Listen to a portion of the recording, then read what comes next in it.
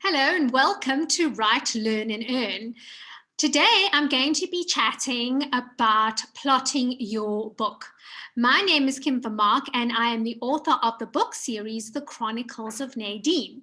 Now there's different ways of plotting a book, but today we're going to be chatting about the hero's journey. Now, what is the hero's journey? Well, there's two different ways of managing your novels, or amongst the many different ways, but one of the ways is for people to become engaged with your hero. What is the journey that your hero has to go through during your novel? So there are basically 12 different ways of managing the hero's journey, and I'm going to be discussing a few of those. The first one is that you start out by explaining to your readers what your hero's normal life is like.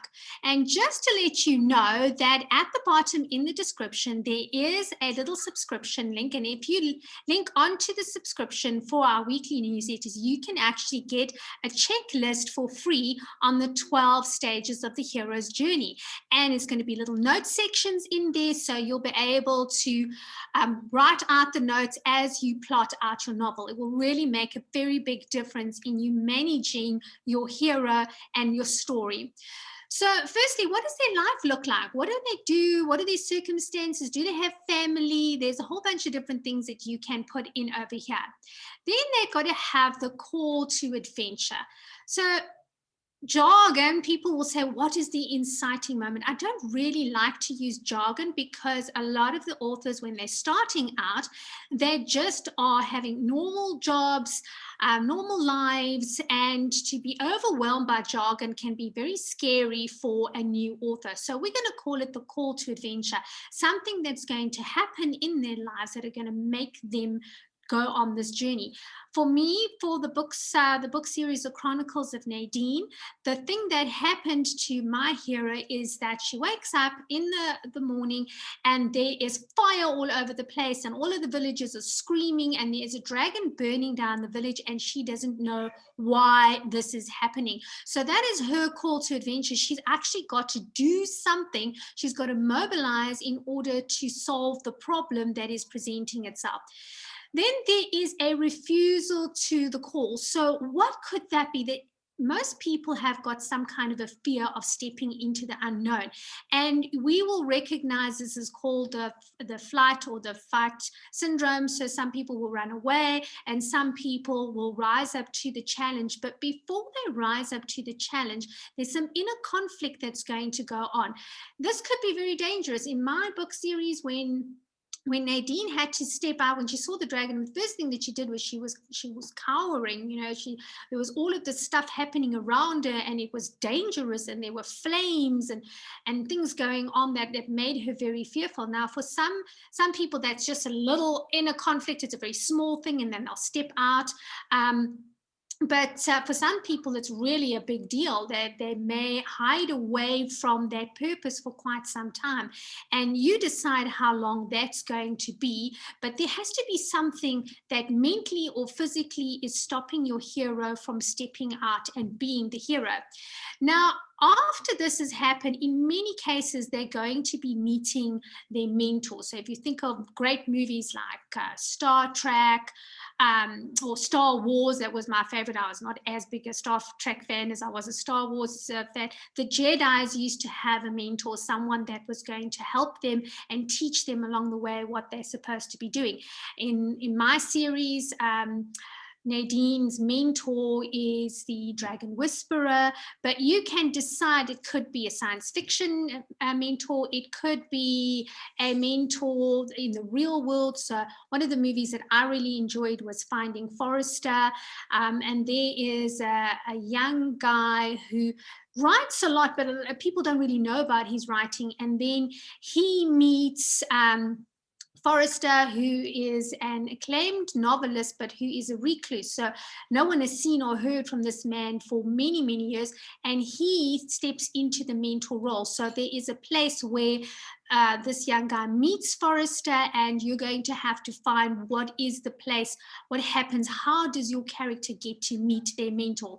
Then there is crossing the threshold. So that's when they used to say when you got married, then the groom would pick up the bride and carry her over the threshold. So it's stepping out of their old life and into their new home. So there has got to be something that happens that causes your hero to step out.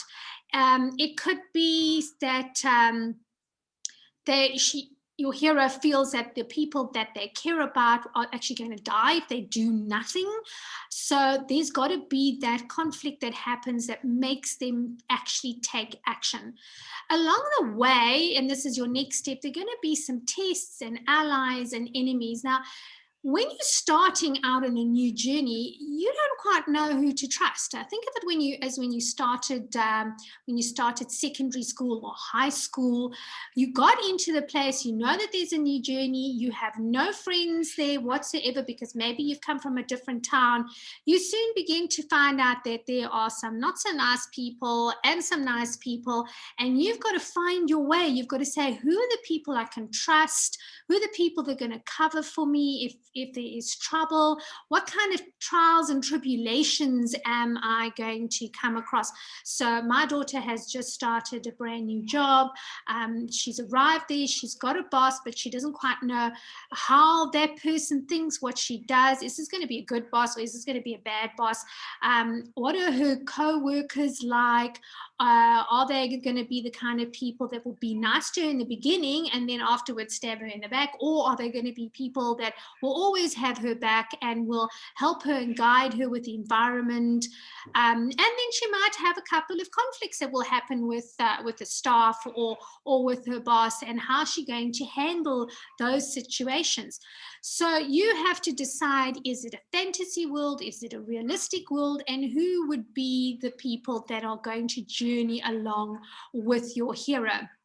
Now, there comes a time where you've got to face the danger. So up until this point, there hasn't been any major conflicts in the story. Now, this I have to tell you, you can repeat this process if you want, because sometimes people have a series of trials that they need to go through, and so they will face danger on more than one occasion. There are some people that say that you should face a minimum of 3 trials inside your story. But basically, in this part of the journey, your hero is actually going to face some proper trials. It could be a physical danger, it could be an emotional danger. We're not quite sure. You're writing a psychological thriller? Are you writing a horror? What is the danger that the person is going to face over here? Something treacherous can happen. And this is where your hero is now going to face inner doubts. Some of those doubts that they overcame in the beginning are going to come and talk to them a lot. One of the books that I recommend for people to overcome fear is Blair Singer's Little Voice Mastery. And he paints a picture in the book of things that we face every day, those little voices that make us do something or not do something. Which one is going to win inside your hero's head?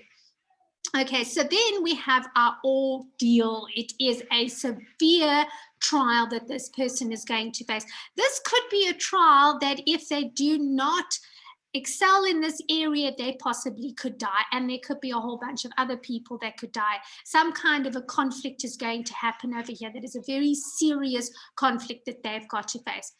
Now they're going to feel, after they've achieved this wonderful victory, they're going to feel like there's something that they have achieved.